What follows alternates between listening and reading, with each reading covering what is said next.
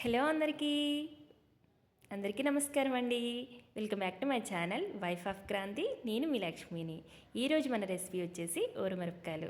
నేను ఊరమిరపకాయలు చేశానంటే మా ఇంట్లో మా వారు అండ్ మా మరిది చేసిన దగ్గర నుంచి నన్ను ఏడిపిస్తూనే ఉన్నారు. అవి ఎలా ఉన్నాయో ఏంటో, అవి తినడానికి పనికొస్తాయో లేదా అని చెప్పేసి నన్ను ఏడిపిస్తూ ఉన్నారు. కానీ ఫైనల్లీ నేను కూడా ఊరమిరపకాయలు చేసేసాను. ఊరుమిరపకాయలని వీటిని చాలామంది మజ్జిగ మిరపకాయలు లేదా చల్ల మిరపకాయలను కూడా పిలుస్తారు. ఆంధ్రప్రదేశ్లో చాలా ప్రసిద్ధకరమైన కరకరలాడే సాంప్రదాయ వంటకం ఇవి.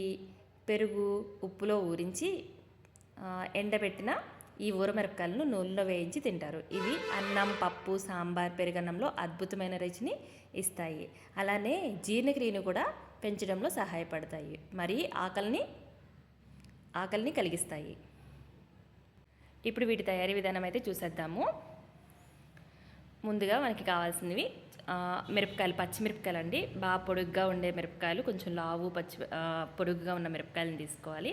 అలానే వీటికి కావాల్సింది పెరుగు, సాల్ట్, పసుపు, జీలకర్ర. ఇప్పుడు ఈ పెరుగుని మనకి చిక్కగా ఉన్న పెరుగు తీసుకున్నాం కాబట్టి ఇది మొత్తం కూడా చిక్కగా ఉన్నప్పుడే మొత్తం ఒక కావ తీసుకుని మొత్తం చిల్లుకోవాలన్నమాట. అంటే మొత్తం మెత్తగా అయ్యే వరకు మనం ఈ పెరుగుని చిల్లుకొని మెత్తగా రెడీ చేసుకోవాలి. ఎందుకంటే ఇది పూర్తిగా మెత్తగా అయితే మాత్రమే దీంట్లో కొంచెం వాటర్ వేసినప్పుడు మనకి ఈ మజ్జిగ లేదా ఈ వెన్న, ఈ పెరుగు అనేది మనకి మిరపకాయని బట్టి రుచిని పెంచుతాయి. ఇప్పుడు ఇందులోకి సాల్ట్ కూడా ఎక్కువే పడుతుంది. ఎందుకంటే ఊరమిరపకాయకి సాల్ట్ కొంచెం ఎక్కువే పడుతుంది. ఆ టేస్ట్ని ఇవ్వడానికి కొంచెం ఉప్పుగానే ఉండాలి ఊరమిరపకాయ అనేది. సో సాల్ట్ కూడా కొద్దిగా ఎక్కువే తీసుకోవాలి. తర్వాత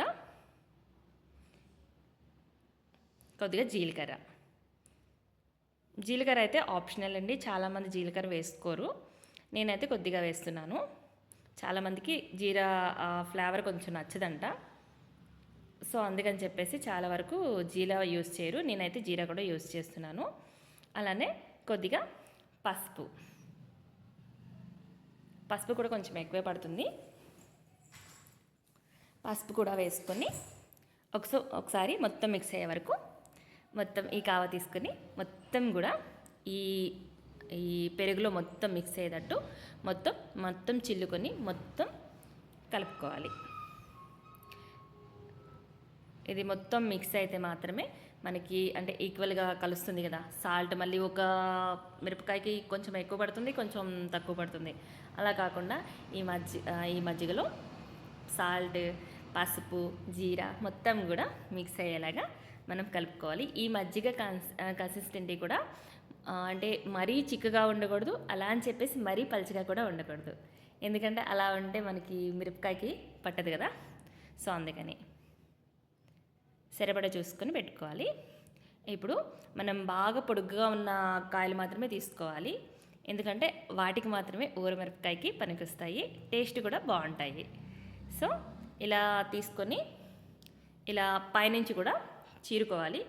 పచ్చిమిర్చిని పైనుంచి కింద వరకు మొత్తం కూడా చీరుకొని నాట్లు పెట్టుకోవాలన్నమాట.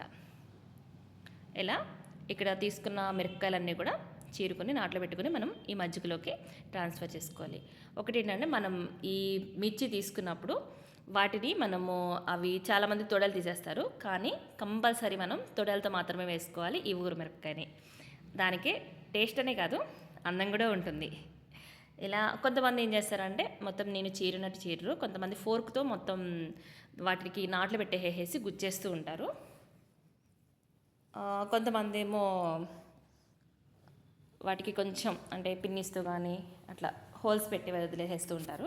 కానీ ఇలా వేసుకుంటే మనకేంటంటే మనకి లోపల వరకు చక్కగా పూర్తిగా ఈ పెరుగు అనేది చక్కగా పడుతుంది కదా. ఈ పెరుగు వెన్న చక్కగా పూర్తిగా లాక్కుంటుంది, లోపల వరకు వెళ్ళి చక్కగా మిరపకాయకి పూర్తిగా లాక్కుంటుంది. అలానే మనకి టేస్ట్ బాగుంటుంది. ఇంకోటి ఏంటంటే మనము వేగిస్తాం కదా, మనము నూనెలో వేసి వేగించినప్పుడు మనకి అవి కొన్ని ఏం చేస్తాయంటే మనకి ఈ పోర్కుతో కానీ మనం పిన్నిస్తో కానీ హోల్స్ పెట్టినప్పుడు మనకి ఈ పెరుగులో మనము ఊరబెట్టినప్పుడు ఆ హోల్స్ అనేవి పూడిపోతూ ఉంటాయి కదా. ఆ హోల్స్ పూడిపోయినప్పుడు మనము ఆయిల్లో వేసి బాగా హీట్ ఎక్కిన ఆయిల్లో మనం సడన్గా వేయగానే అవి పేలే అవకాశం కూడా ఉంటాయి. సో అందుకని మనం చీరుకుంటామైతే బెస్ట్ ఆప్షన్ అని నేను చెప్తాను. చీరుకున్న మిరపకాయలు అయితేనే బాగుంటుంది, ఎందుకంటే మనకి ఈక్వల్గా పడుతుంది, రుచిని ఈక్వల్గా ఇస్తుంది. మనం ఆయిల్లో వేగించుకున్నప్పుడు కూడా మనకి అంటే అవి పేలకుండా చక్కగా వేగుతూ ఉంటాయి కాబట్టి ఇలా చేసుకుంటే మంచిది. ఇప్పుడు ఈ మజ్జిగలోకి మొత్తం మిరపకాయలన్నీ కూడా మునిగే వరకు చక్కగా మొత్తం ముంచి వాటిని 3 days అంటే మధ్య మధ్యలో కదుపుతూ, అంటే డేకి ఒకసారి, అంటే మొత్తం పెరుగు కాబట్టి మనకి పైన వెన్న కానీ ఏమైనా చేరుకొని అట్లా మీగడలాగా కట్టేస్తూ ఉంటుంది అనమాట కొన్నిసార్లు ఎక్కువ మీగడు ఉంటే. సో అందుకని చెప్పేసి మనము రోజుకు ఒక్కోసారి జస్ట్ ఊరికే కదుపుతూ మళ్ళీ మూత పెట్టేసేసుకుని 3 days వీటిని మనం ఊరబెట్టుకోవాలి. అలా ఊరితే అంటే మనం వెంటనే వేసేస్తే మళ్ళీ దానికి టేస్ట్ పట్టదు కదా. సో ఊరితేనే కదా మిరపకాయ కర్రీ మనకి టేస్ట్ వస్తుంది. సో వీటిని మూత పెట్టేసి 3 days పక్కన పెట్టుకోవాలి.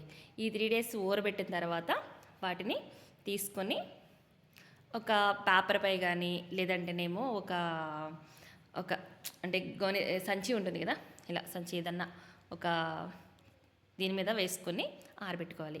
అవి ఆరిన తర్వాత మళ్ళీ ఈవినింగ్కి మళ్ళీ ఆరిన మిరపకాయలు తీసుకొచ్చేసి మనము ఈ మజ్జిగనే కదా, ఈ మజ్జిగనే పడేయకూడదు, ఈ మజ్జిగలో మళ్ళీ వేసుకోవాలన్నమాట. వేసుకొని మళ్ళీ నెక్స్ట్ డే మళ్ళీ తీసుకెళ్ళి మళ్ళీ ఆరబెట్టుకోవాలి. అలా మళ్ళీ ఆరిపోయిన తర్వాత మళ్ళీ ఈ మజ్జిగలో వేసి మళ్ళీ నైట్ అంతా నానబెట్టుకోవాలి. ఈ ఊరిన తర్వాత మళ్ళీ వీటిని తీసేసి మళ్ళీ తీసుకువెళ్ళి బాగా ఎండలో ఆరబెట్టుకోవాలి.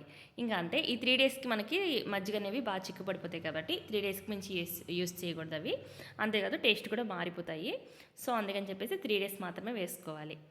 ఇలా 3 days వేసుకున్న తర్వాత రోజు అంటే పొద్దునుంచి సాయంత్రం వరకు ఒక 2-3 days మనము ఇలా ఆరబెట్టుకుంటే మనకి ఊరమిరపకాయలు అనేవి రెడీ అయిపోతాయి. ఇవి వేడి అన్నం, పప్పుచారు, సాంబార్ లేదా పెరుగన్నంతో నంచుకోవడానికి ఇవి ఉత్తమమైన కాంబినేషన్. అండ్ పెరుగు మరియు ఉప్పుతో ఊరడం వల్ల ఇవి జీర్ణక్రియను మెరుగుపరచడంలో సహాయపడతాయి. భోజనంలో రుచిని పెంచి ఆకలిని కలిగిస్తాయి. ఎండబెట్టినవి కాబట్టి వీటిని చాలా కాలం పాటు నిల్వ చేసుకోవచ్చు. అలానే నూనెలో వేయించినప్పుడు కరకరలాడుతూ కమ్మగా ఉంటాయి. పెరుగులో ఊరడం వల్ల ఇవి కొద్దిగా పులుపు, ఎక్కువ ఉప్పు రుచి కలిగి కారంగా తక్కువగా ఉంటాయి. ఇలా మనం వేయించుకొని అంటే ఇట్లా మనము ఊరమిరపకాయలు రెడీ చేసుకొని మనం ఒక బాక్స్లో, మనం గాలి ఆడిన బాక్స్లో మనం పెట్టుకుంటే మనకి ఫ్రెష్గా చాలా డేస్ వరకు ఉంటాయి. ఈ వీడియో కనుక మీకు నచ్చినట్లయితే లైక్ చేయండి, షేర్ చేయండి, సబ్స్క్రైబ్ చేయండి. Thank you for watching. అందరికీ బాయ్ బాయ్. అలానే మీలో ఎంతమందికి ఊరమిరపకాయలు అంటే ఇష్టమో అందరూ కూడా నాకు కింద కామెంట్ చేసేయండి. ఈ ఊరమిరపకాయలు ఇష్టపడే వాళ్ళు ఉండరు నాకు తెలిసి. వెజిటేరియన్ ఇంట్లో అయితే ప్రతి ఒక్కరి ఇంట్లో ఉంటుంది. నాకు కూడా చాలా ఇష్టం. మా వారికి అయితే అసలు పిచ్చి ఊరమిరపకాయ అంటే. కంపల్సరీ పప్పు కానీ, రసం కానీ, పప్పుచారు కానీ, ఇలా మనకి పప్పు ఐటెం ఏది చేసినా కూడా కంపల్సరీ మా ఇంట్లో అయితే ఊరమిరపకాయ కంపల్సరీ ఉండాల్సిందే. మాకైతే బయట కొనుక్కుంటూ ఉంటాం కానీ అంత టేస్ట్ ఉండవు. సో మా వారికి ఇష్టం కాబట్టి నేను ప్రేమతో కష్టపడి మరీ చేశాను. ఎలా ఉందో కామెంట్ చేసేయండి. అందరికీ thank you so much. Thank you for watching. Bye bye.